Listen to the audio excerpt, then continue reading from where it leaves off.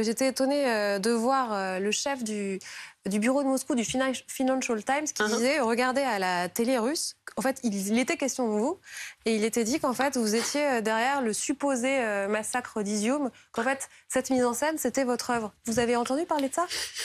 J'ai entendu parler de ça, j'ai lu dans un magazine français une interview de Douguine, Alexandre Douguine, l'un des supposés inspirateurs de Poutine, disant que cette guerre, elle n'était pas contre l'Ukraine, elle était contre moi et Georges Soros.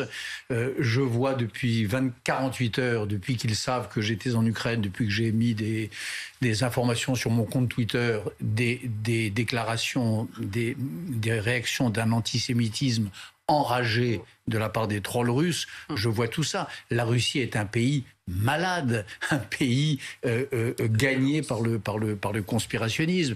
Et en effet, que je sois une victime très collatérale de ce conspirationnisme avec ce genre d'arguments, c'est à la fois bête, accablant, et ça montre le désarroi dans lequel est ce pouvoir russe. Me prêter à moi, écrivain français, faisant un reportage pour Paris Match, la mise en scène des charniers d'Izium, c'est tellement risible, c'est tellement sot que ça en dit davantage sur ceux qui colportent ce genre de bêtises que sur le reste et que sur les malheureux femmes et hommes qu'on a retrouvés dans ces tombes.